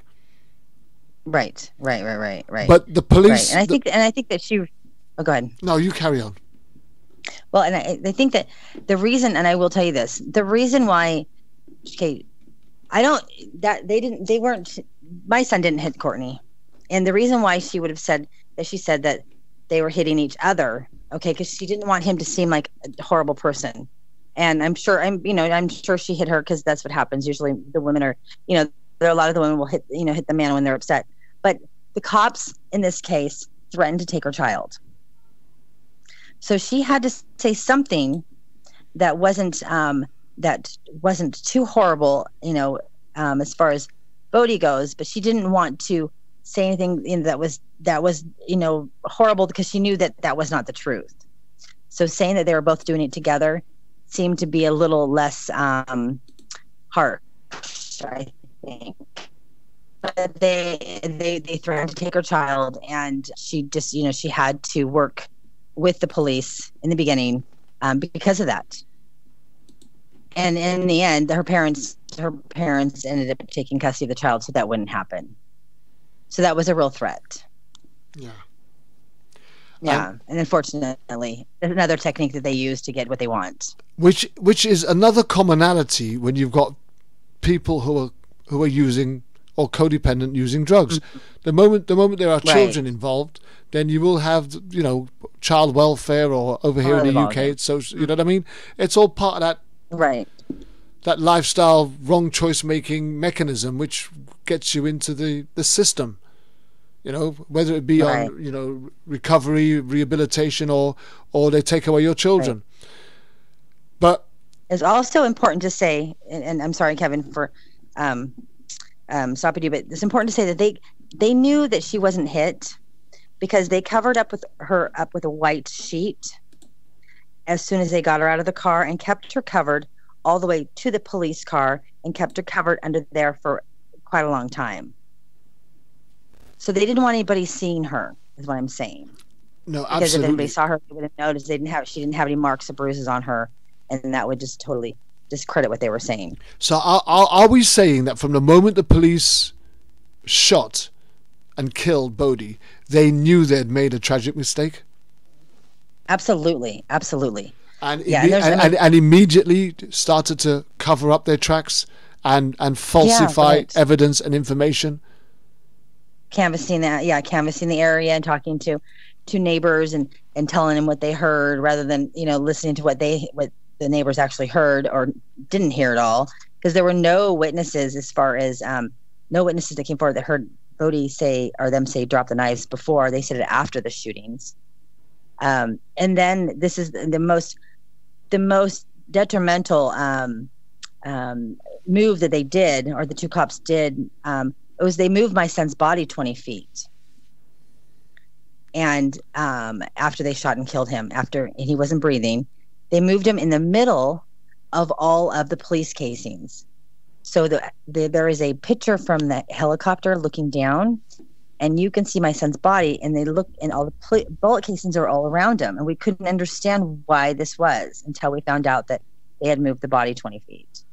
And another tactic to make it look like Bodhi was right on top of them, which he wasn't. So I mean that you know, I remember seeing him. I'm thinking, oh my, you know, why are they so close? Why was my son so close? There's no way, you know, because I know, you know, as a parent, you know your kids. I mean, I know all my kids very well, and I know that my son would have been, you know, quite farther than they would have been, especially because he was farther at the beginning when, you know, Gavin pulled up, Gavin Sasser pulled up. So I knew that there was no way that he was standing right there in front of them, you know, with knives, with the guns pointed at him. You know, a lot of these cases, they say, oh, he had a gun, or he had a fake gun, or he had a knife. What person is going to bring a knife to a gunfight, or a fake gun to a gunfight? It's ridiculous, but people are believing it. As the mother of Bodhi, had you ever seen him with knives? Oh yeah, he had knives at home. That's the first thing I checked. I looked for his knives at home. You know, I thought, oh my God, did he have his knife on him? No, he didn't have his knife on him. His knives were, they were silly knives. They were like the knives to have all the file and all that stuff. The one you open up. He had another knife that his grandfather had given him. That he had taped up in duct tape and, you know, wrapped it up and put stickers on it. You know, I mean, those are kind of knives he had. He didn't have any knives that he was going to slice anybody open with, or he wouldn't have bought two of the same knives for sure. You know, he was going to buy his drug. He was not going to buy two knives. I guarantee that. And these are the kind of knives that you would find at the gas stations behind the counter. You know what I mean? They look like they're the knockoff police issue, which I thought was really, you know, the same type of knives that the police officers would have underneath their seats to drop it, you know, situations like this. That's exactly what they are. And you see, here's the thing. You see, a lot of people who don't actually understand people who are drug dependent is that when you are drug dependent and you don't have a natural source of income, the only thing that you can think of doing when you get money is to score. Right. Right, absolutely. So you get money, right? You don't think of food, you don't think of drink, you don't think of clothes, you think of scoring. So unless he had a real influx of money coming in on a regular basis, I couldn't see how or why he would want to go and purchase two knives that would, in effect, because again, people don't understand the hold that heroin has on you. Absolutely right. He wouldn't have. There's no way he would have bought 2 knives, two of the same knives, and especially during his addiction. I mean, the other knives were given to him. You know, I mean, they're passed down. You know, for a Christmas present, a birthday present type of thing. He would have never went out and bought 2 knives. If he was going to buy anything besides drugs, it would have been clothing. You know, that's all there is to it. Did they produce the 2 knives? No, we saw pictures of them. Yes, and I actually have not seen pictures of them, but my ex-husband has seen pictures of them, and you know they're not knives that you could open up with just a thumb either. They're ones you have to pull open. Yeah, so they're not even they even laid down the wrong knives. And that's all I'm saying. They would have thought about it. They would have done a better job, those officers. They didn't have time to think about it. No. No, they did not. And they had to act with whatever resources they had about them. Mm-hmm. That's the stuff you have to look at. You have to go by on these cases. You have to go step by step. You have to look at every last detail, because if you don't, you'll miss out on. There are things that you'll miss out on. Things that that will prove that your son or daughter or husband, wife, didn't do what the officer said. And I think that people automatically assume that the cops are telling the truth, and that because you grow up thinking, oh, they're there to protect you. But as soon as you find out that they're not there to protect you, that they're the ones that are doing majority of the killings, that puts a fear inside you it's nerve-wracking. It's oh my gosh. So when you see one drive down the road, you think, oh, wait a minute. Sorry, Shiloh. One of the most important observations that you made, which can be quite easily skipped over, is a drug addict will not go and buy 2 knives the same. They're not going to do it. Right. Even if he had one and he found another, they would be different. But he's not going to have 2 identical knives. Brand new, right? No. No. Not going to happen. Right? Nope. But an officer might have, because he will go out and buy 5 or 6 for that very reason. There was a recent report in Baltimore where officers were found guilty. In fact, one officer had gone state's evidence and given evidence against his fellow officers that they had been buying and supplying BB guns, fake guns, to plant on people that they had shot dead in order to suggest that those people were armed. And this is a case that was ongoing in Baltimore up until a few weeks ago. I'm not even sure what the outcome of that is yet, but that's a live case going on now where another Baltimore police officer is given evidence against his fellow officers that they regularly buy BB guns so that they can place on the possession of a dead body once they've killed it, to suggest that person was armed when they fired. So this is nothing new either. Right. Yeah. Right. No, absolutely not. They've been doing this for years. This is how they do it. This is how they work. It's either a knife or the fake gun. Mm-hmm. Here's the question, Shiloh. Prior to Bodhi being shot dead by police, what was your awareness of killed by cops status or scenarios? None. I was not aware of it whatsoever. The last thing be honest with you, and it makes me sick, because this is part of my reaching out now, is that when I saw something on TV, I thought, poor kid, why would he do that? Yeah. Or, that woman, why would she, what happened to her? Thinking that they actually did something, to make it justified for the cops to do this.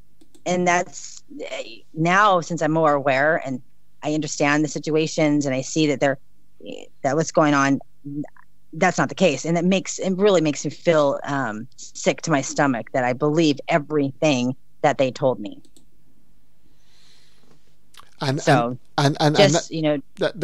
when the direction changes. And I suppose since Bodhi's death, you're obviously seeing it and hearing about it so often now. Mm-hmm. How has that left you feeling? Oh, well, now when I see and hear it, of course, I automatically, like, for instance, there's a shooting in Portland where they said the young man had a fake gun. Okay, and then they found it in the bushes next to him. So, years ago, I'd been like, oh, why would he bring it? That's ridiculous.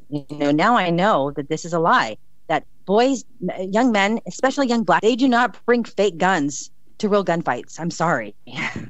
Not going to happen. These boys know. They're raised to know not to do this. Do not brand a gun, in front of a cop, because first of all, they're racially profiled anyways, which is horrible. But then they don't want to bring any more, heat on them. They're just not going to do that. So I want to hear it. If you can get that, why can't a judge or a jury get it? That's my problem, because we are hearing so many cases where they're claiming that an individual has raised a fake gun, a BB gun, that can cause no damage or little damage whatsoever, right? In the face of a police officer who is carrying a lethal weapon and is licensed to use it and get away with it, and you're going to stand there with a fake gun. Mm-hmm. Yeah, right. Yeah, in some cases there's several guns pointed at him. They claim it's suicide by cop. Okay, they're not going to go through all that trouble to be, to run and they get caught by the cop for suicide by cop. I'm sorry. If they're going to commit suicide, which is a whole other issue, they're going to do it some other way. They're not going to do it by a cop. Sorry, I just want to take you back a bit. You did mention, right, that when after they had killed Bodhi, that they'd covered up Courtney.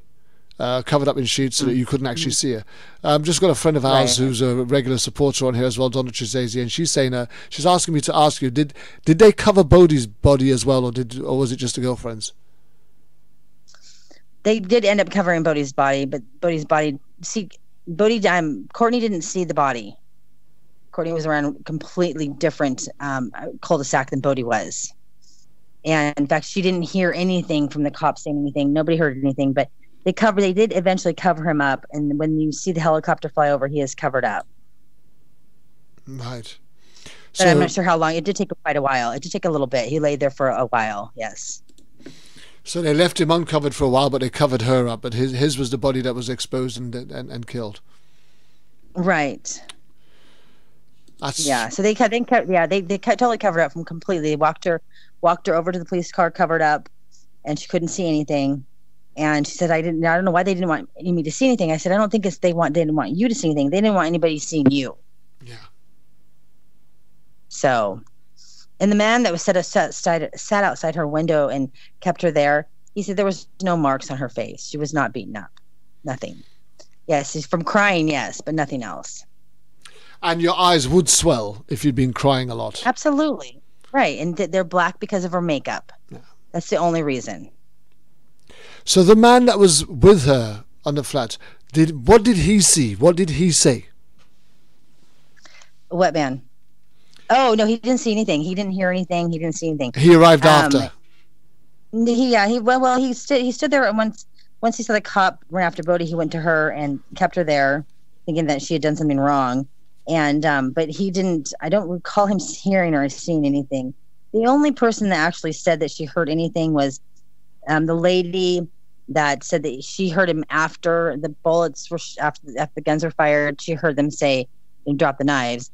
And they asked her again. She said, "No, I'm absolutely certain that they said it afterwards. I thought that was weird at the time."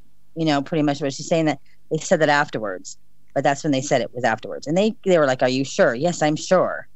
So they were trying to get, the grand jury is all BS anyways, and they were trying to get her to doubt herself, and she wasn't doing it. She was like, "No, I'm certain that they said it afterwards." And they did that just because they wanted the neighborhood to hear them say it. Because then, people's minds, you think your thoughts and how you see things and perceive things, they change over time. Mm.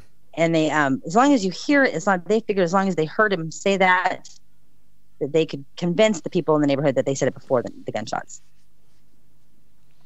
But they couldn't. In your pursuit for the truth as to what happened that day, because obviously it's very difficult for you because you wasn't there, and you're now trying to get justice for Bodhi, and you can't speak to him, you can't get the truth out from him. Where has your journey taken you in search of the truth And what have you been able to find out for yourself?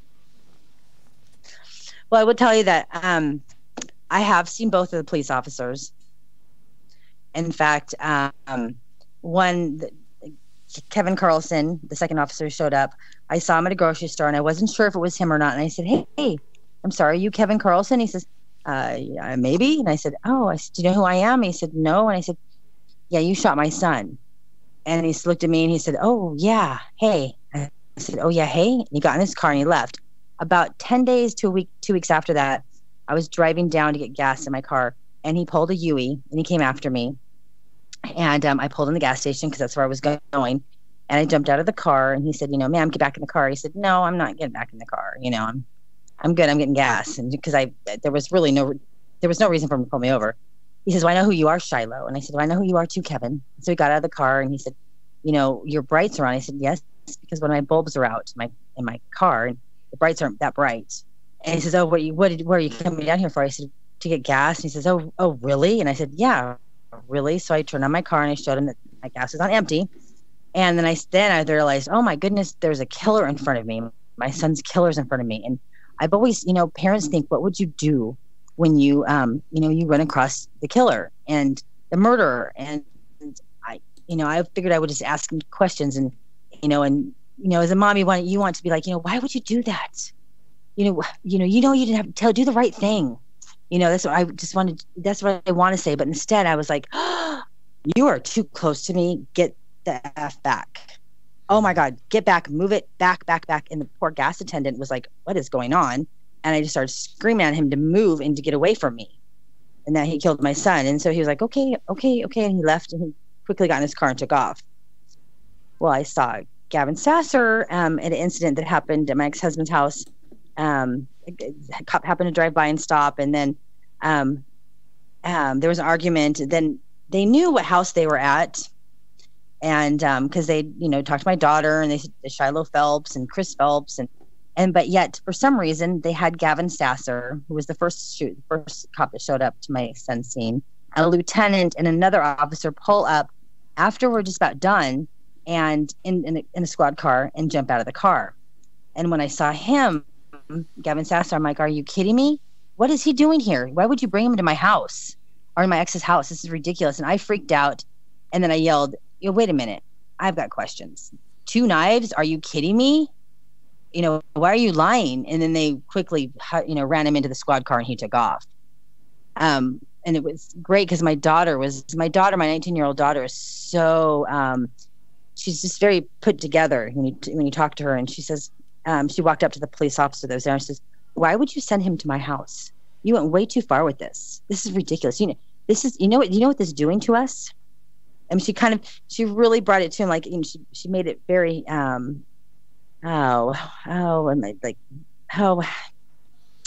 made us very human to him. Like, why would you bring the man that shot our brother, my brother, to my house? Do you think this was the right thing to do? Because it wasn't. Yeah. And the cop was backpedaling. So I'm sorry, I kind of went off on a tangent. But so what was the question? That's understandable. Yeah, I apologize. That's understandable. Look, I've just been going around in circles, really, just really trying to give you an opportunity and a platform to tell this story from your point of view. Yes, thank you. It's probably the only opportunity that you'll ever get to just have the whole platform to yourself, to be able to give a real. Yeah, I appreciate it. Yeah, no, that's what we do here on Issues Today, and it's the reason why I love doing this show, is that it's the only show that really gives the victims' families a fair opportunity to tell their story uninterrupted and uninterfered with. Yeah. Unedited. Yeah, and I appreciate that. I appreciate that. No, and we appreciate you sharing. So you was just talking about your daughter and how she felt when they brought the police to the door, etc. How was the rest of your siblings, including your daughter, how have they handled this? How have they managed this traumatic? My daughter? Yeah, this traumatic upheaval in their lives. Yeah, well, I would tell you that my youngest daughter is, she didn't handle it very well, obviously, because she it's difficult to even understand how it happens. But it's just even more difficult to think that your brother is going to be gone for the next, 2 years. Yeah. So that's even more difficult. So I think that she went into kind of seclusion. She didn't talk to anybody for a long time. She dropped out of school because she didn't want to deal with it. And understandably, that was her best friend, her brother. And, at some point she realized that was never going to, that he was never coming home. I think that, the day that my son was killed, we all went down to the the area where he was killed, and we waited. The cops were still there, and we waited. And as they drove out, I asked the cops, why would you kill my son? Are you kidding me? Why would you shoot my son? As the cops drove by, why my boy? What would my boy do that would make you want to shoot him? And my daughter was there, and she said she couldn't understand why this would happen. Knowing that we know who he is, and knowing that why he ran, and they always ran. He was never a threat to anyone. That just kind of it made it more. It wasn't real still at that point, and for her especially. I think that it became really real when we buried him, when we put him in the ground. That's when it was the most devastating, because we knew at that point that he was gone. And from that point on, my daughter and I didn't see each other for a year almost, because that was the most pain I felt was when I saw her, because the three of us were very close. I mean, we went to coffee, dinner. I mean, we always made sure that we connected and that we saw each other, usually kind of on a daily basis, actually. And so when he was gone, we didn't have that third person. We couldn't even communicate without him. That's how close we were.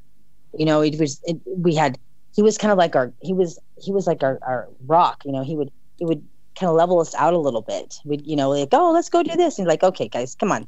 We can't be spending that kind of money. Or, he's very level headed. And so when we got together, we were just kind of like, looked at each other like, okay, now what? And that took a good, we're still working on that. Actually, we're still, fighting that, that part of our relationship. We're very close, and we'll always remain very close, but there are still sometimes really close makes it really worse. So where does his father fit into any of this? Well, Bodhi has a biological father, and then he also has another father that raised him. And it's funny, after he was shot, the first thing is that your family,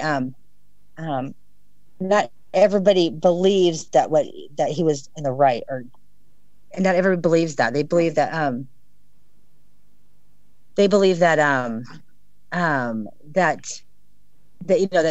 he must have done something that would have warranted this, because again, they were raised to believe that cops were always in the right, they protect us. So my grandfather, and I'll be honest, I don't talk to very many of my family members anymore, because it was just either it was too traumatic to talk to them, or because they have opted not to listen to what I know and what's come forward, and they just automatically assume. So the unfortunate thing is, Shiloh, the unfortunate thing is there is a perception that people have with people who are drug addicted or drug dependent.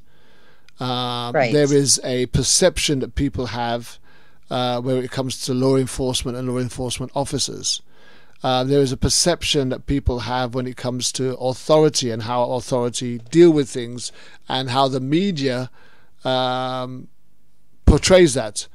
Majority of people are brought up to know the difference between right and wrong, and believe that the police are here to help us, and they're our friend in the community.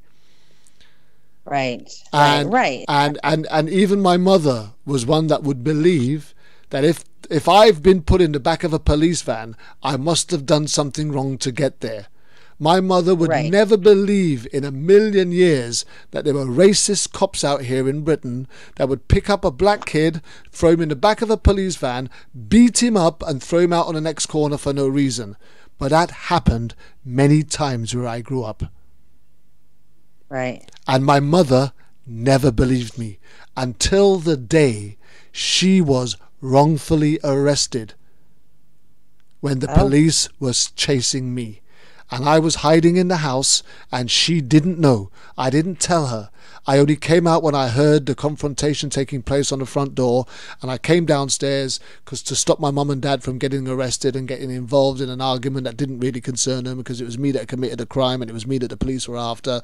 When I realised that my mother and father were not going to get away with what the police were looking for me for, I came out of my hiding place and gave myself up. And when I did that, they promptly arrested my mother, claiming that she must have known I was there all the time and was hiding me. So I think the charge was obstructing an officer in the execution of his duty, to which she was found guilty. Now, my mother was my mother was the kind who, if I came home and told her that I'd got the cane or the slipper at school, she would whack me again. If I came home and told her that the police had arrested me, I'd get a beating. Right? So my mother was raised to respect law and law enforcement officers, or police as we have them here in the UK, and would never ever give me right against a police officer until that day. And the strange thing, the truth is, majority of people are like that, because if we didn't believe that, then we'd just be living in anarchy. And nobody wants to live in anarchy, and I understand that.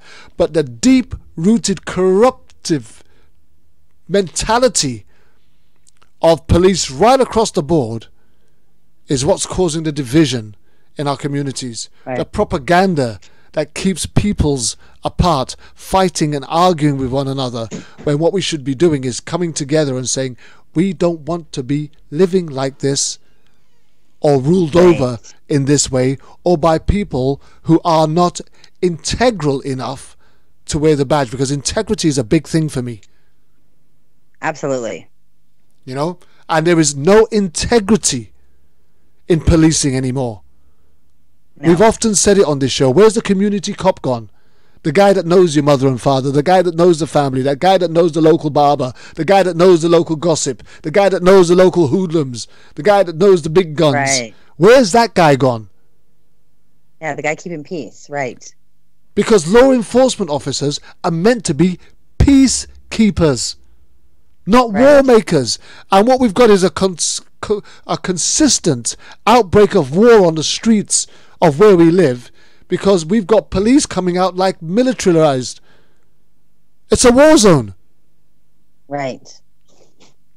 So how do we still teach our children to respect the law for what it is, but be aware of the law officer who is corrupt? Right. Yeah, that's definitely a good question. I think that the only way we can do it is to educate our communities about what's going on, and so they understand the severity of the situation. And then once the communities all pull together, then that's going to force the cops to do the right thing. As long as we're separate and we remain separate, and we don't allow each other the opportunity to discuss these situations or work together, then we're still going to have problems. You see these with all these nonprofit organizations that are kind of almost fighting each other. We have to, at some point, we have got to come together, because it's going to get far worse before it gets better if we don't. And that plays along with understanding, or the respect for the officers. I have respect for the doctors and nurses, and I have respect for officers. I understand what their job is. There are situations where they're, that they should be protected. It's scary, but it does not mean every situation. It does not mean all the shootings are like that either. It's kind of like how would I say this? It'd be like a good analogy maybe would be like a doctor going into a surgery, and it's becoming an emergency. Okay, but not every surgery is going to be like that. Yeah. Something, and they need to treat. They treat them as they go. They don't necessarily go in there and all gung ho for every surgery to be an emergency. Yeah. And that's what the cops need to do. Here's the thing: there is only one industry for me that deserves to be able to use, honestly, the terminology, I was in fear of my life. Right. And that's a firefighter. Right. These guys go into burning buildings to save lives. Right. And I would imagine every single time they go into one of these burning buildings that are about to collapse, they're going in there knowing that they might not come out. There's a possibility that they might not come out. They're going to go in there and try and save a life, but they might not come out. But they go in there regardless. Right, exactly. They don't stand there and go, well, let's just wait until the building stops looking like it's going to fall down. Let's wait until it looks like the fire's not as bad as it looks now. Let's wait until, it's safer to go inside. Majority of firefighters put on their uniform and they go into the fire. And yet we've got trained men and women who are fully armed with all the resources local law enforcement can issue. And the first words that come out of their mouth is, I was in fear of my life.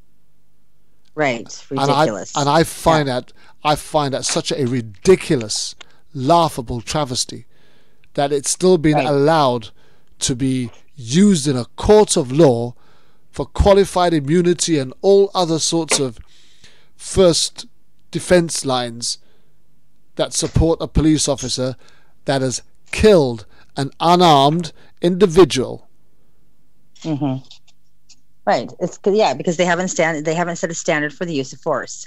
They need to do that. They need to have a standard. They need to have the guidelines that they go by, and rather than just being allowed to say that they fear for their lives, they need to have a standard. I mean, there are certain things that they're supposed to go by.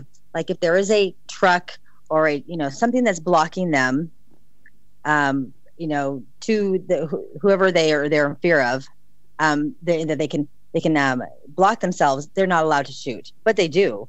I mean, it happens all the time. So there needs to be a set standard, and that does not allow them to shoot everyone. And there's like a use of force continuum that they need to go by. It needs to be a federal standard, I think, because it's a federal policy that says that they're allowed to fear for their lives and shoot. That's it's not every department is allowed to go ahead and have a standard, their own kind of standard, their own guidelines, but there needs to be one federal standard that every police department goes by. Since that way there's no confusion. Since you've encountered this journey that you've been on, since you've witnessed and experienced the loss of your own loved one in the midst of this corruption and criminality, what's your opinion on law enforcement and its statutes now? Well, I'll be honest, after my son was first shot and killed, I had to leave Gresham and I left for almost a year, because every time I saw a cop car that said Gresham on it, I wanted to ram my car into it. So I didn't think that was healthy. So I left for a year, and so I could fight, far away. And then I came back once I was able to deal with it a little better. You never actually deal with it. I mean, it's always there in the back of your head. Always. Well, actually, it's usually right in front of you. But it's hard to explain if you've never lost, a child. I've lost a parent, and I've lost a grandparent, a parent, and that's devastating. But losing a child is a whole nother ball game. And I hope nobody has to. I don't wish upon my worst enemy. I don't wish upon anybody. It's the worst thing. But now when I see officers, what we like to do is, my daughter, if we see them out walking around, my daughter and I like to stop them and question them about how they do things and what they think is right. And we've been known to videotape a couple of them, as we're talking. But now I'm more interested in seeing how what their views are as far as what's happening. And a lot of them will tell me that no cop ever wants to shoot anyone. that's the worst thing ever.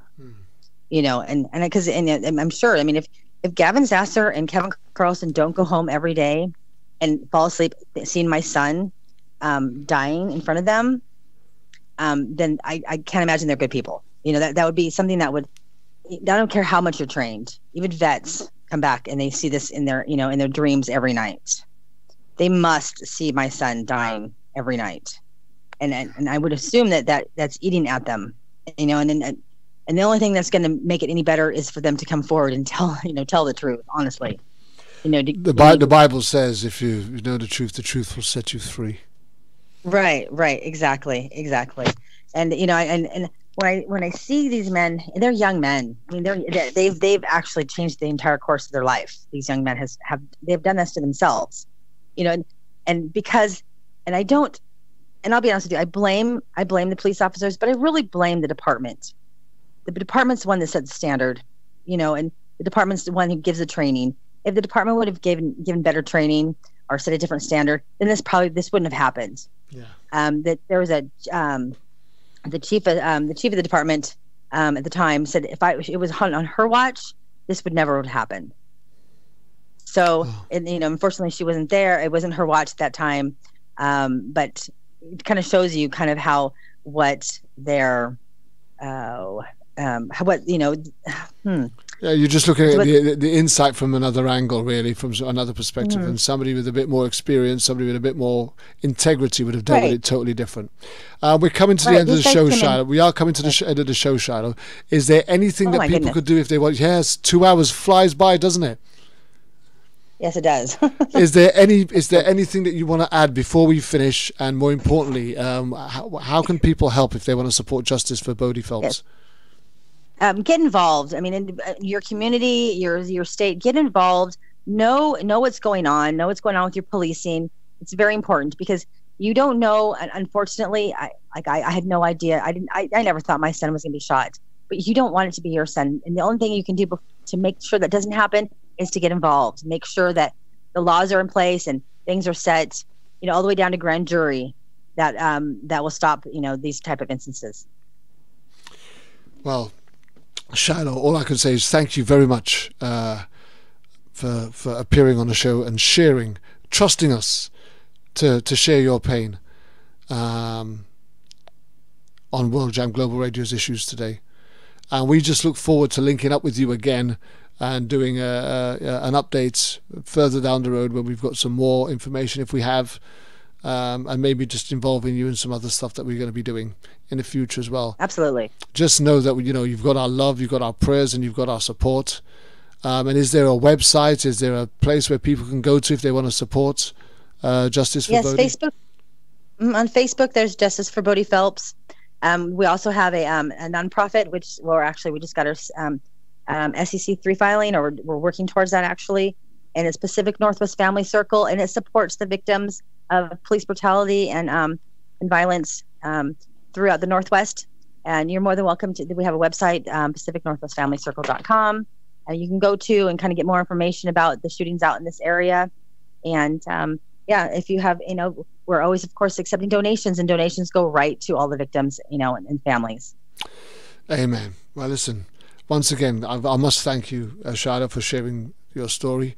Again, take this opportunity to thank my co-producer, Teresa, for all the work that she does in the background, keeping me on my toes, that's for sure. And until we all get to meet again, same time, same place, next Saturday. Shiloh. Thank you, Teresa.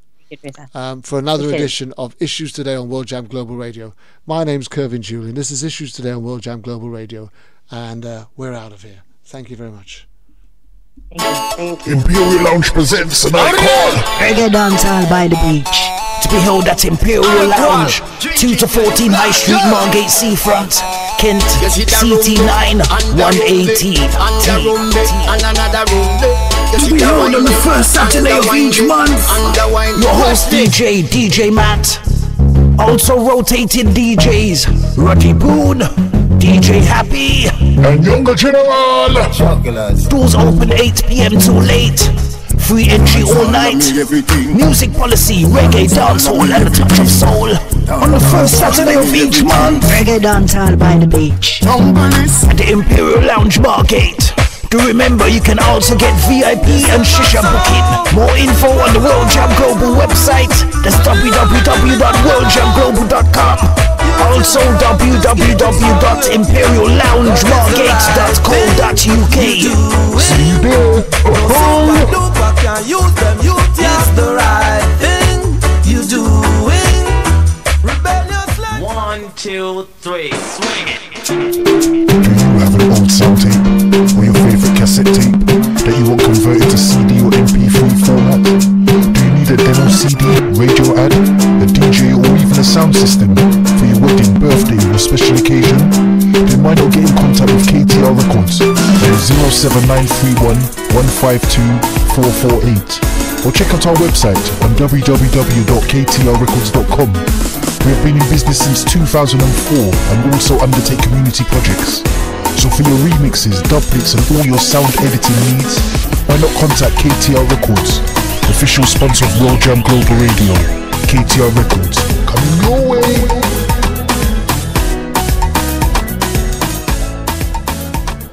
I was terrified about sharing the vulnerabilities of people with difficulties reading and spelling words.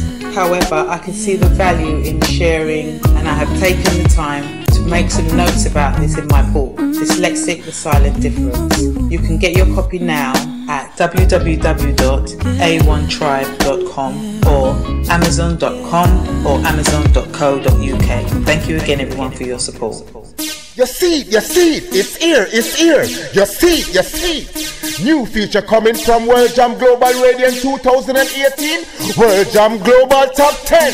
To vote for your favorite artist, go to twitter.com/World Jam Global or facebook.com/World Jam Global. So pick the right track where you want to have in your car, at your house, a rock. At them. Do you like music like this? Great music all the time. Or like this? The music you love. Maybe this. Great music that makes you want to turn up the volume loud. Or life chat like this. Especially where human life is concerned. Surely, sooner or later, people will realize that lives actually matter. Then you're in the right place. Keep it locked to World Jam Global, where music is harmony. Music 24 hours a day, 365 days a year. Yeah, you're my World Jam. Hotter than them. See live schedule.